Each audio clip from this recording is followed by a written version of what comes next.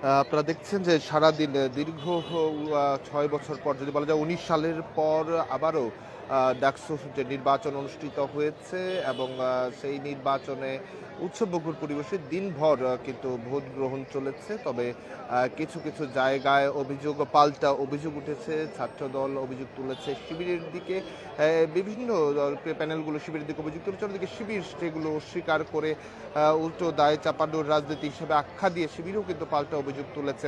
তবে এই মুহূর্তে যে পরিস্থিতিটি এসে দাঁড়িয়েছে, আমরা রয়েছি ঠিক উদয়ন যে স্কুল কেন্দ্রটি রয়েছে সেই কেন্দ্রের সামনে, যেখানে ৩টি হলের কিন্তু আসলে শিক্ষার্থী যারা তারা কিন্তু এখানে ভোট গ্রহণ করেছে এবং এই মুহূর্তে ভোট গণনা চলছে। এবং ঠিক ভোট কেন্দ্রের সামনের পরিস্থিতি যদি দেখানো যায়, সেখানেও কিন্তু মানুষ শিক্ষার্থী যারা ভোটার রয়েছে তারা কিন্তু আসলে বাইরে অবস্থান করছে এবং অধীর আগ্রহে আসলে অপেক্ষা করছে কে হতে যাচ্ছেন নতুন ভিপি, জিএস এবং হল সংসদের নেতৃত্ব আসলে কারা হতে যাচ্ছে। তবে এরই মধ্যে যে ঘটনাটি আসলে বেশ আলোচনার জায়গায় তৈরি করেছে, যদি বলা যায় দুটি জায়গায় কিন্তু আসলে বিক্ষোভ বা পাল্টা অবস্থান করছে। একদিকে ছাত্রদল কিন্তু কিছুক্ষণ আগেই সিনেট ভবনে আমরা লক্ষ্য করেছি ঢাকা বিশ্ববিদ্যালয়ের উপাচার্যের সঙ্গে এক ধরনের মুখোমুখি অবস্থা কিন্তু তৈরি হয়েছে, যেখানে তারা অভিযোগ তুলেছে এবং প্রশাসনের নিষ্ক্রিয়তা নিয়ে তারা প্রশ্ন তুলেছে।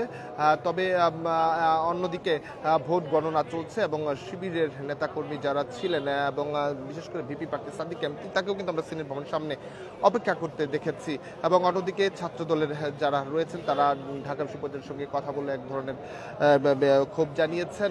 অন্যদিকে ছাত্রদল সমর্থিত প্যানেলের ভিপি যিনি রয়েছেন আবিদ, আর তিনিও কিন্তু আসলে একটি সংবাদ সম্মেলন করেছেন। দর্শক, আমরা দেখানোর চেষ্টা করছিলাম যে বিভিন্ন কেন্দ্রের ভোট গণনা চলছে এবং দিনব্যাপী যদি বলা যায় যে আবাসিক অনাবাসিক শিক্ষার্থী যারা ছিলেন তারা কিন্তু আজকে ভোট দিতে এসেছে ৪০,০০০-এর মতো শিক্ষার্থী যারা ৮টি কেন্দ্রে ভোট দিয়েছে এবং ৭০% উপরে ভোট গ্রহণ করা হয়েছে বলে কিন্তু আসলে জানিয়েছে ঢাকা বিশ্ববিদ্যালয় প্রশাসন। এবং তবে এর ফলটি পেতে আসলে কিছুক্ষণ অপেক্ষা করতে হবে। আপনারা জানেন যে ওএমআর এর মতো ওএমআর শিটে কিন্তু আসলে ভোট গ্রহণটি হয়েছে, যে কারণে ডিজিটালাইজেশনের মাধ্যমে মূলত ডিভাইসের মাধ্যমে তারা ডিজিটাল ডিভাইসের মাধ্যমে তারা কিন্তু আসলে সেই ভোট গ্রহণটি হবে। তারপরেও সেটি ৫ থেকে ৬ ঘন্টার মতো অথবা সময় লাগতে পারে, যা সবশেষ রাত ১২টা পর্যন্ত আসলে পৌঁছাতে পারে।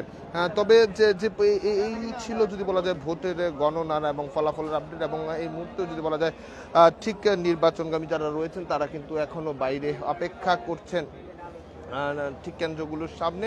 আর ঠিক এমনই একটি কেন্দ্র হচ্ছে যে এমন একটি কেন্দ্র কিন্তু এই যে উদয়ন স্কুল যেটি রয়েছে সেই কেন্দ্রটি। দর্শক, সরাসরি দেখানোর চেষ্টা করছিলাম উদয়ন স্কুলের সামনে থেকে যে সর্বশেষ পরিস্থিতি। এবং এর বাইরে যদি বলা যায় যে কারণে আমরা বলেছি উত্তপ্ত পরিস্থিতি যেটি রয়েছে সেটি হচ্ছে ছাত্র দল কিন্তু আসলে ইতিমধ্যে ঢাকা বিশ্ববিদ্যালয় উপাচার্যের সঙ্গে এক ধরনের রুদ্ধদ্বার এবং বিক্ষুব্ধ অবস্থা কিন্তু আমরা লক্ষ্য করেছি। এবং এই স্কুলের সামনে কেন্দ্রটির সামনে কিন্তু শিক্ষার্থী যারা রয়েছেন তারা কিন্তু অবস্থান করছে এবং তারা সবশেষ আসলে ভোটের ফলাফলটির জন্য অপেক্ষা করছে। অন্যদিকে পাল্টাপাল্টি যে অবস্থান সেই অবস্থানটি কিন্তু এখনো অব্যাহত রয়েছে। দর্শক, এই ছিল ভোট গণনার আর সর্বশেষ আপডেট। পরবর্তী আপডেট পেতে দেশ রূপান্তরের সঙ্গে থাকুন।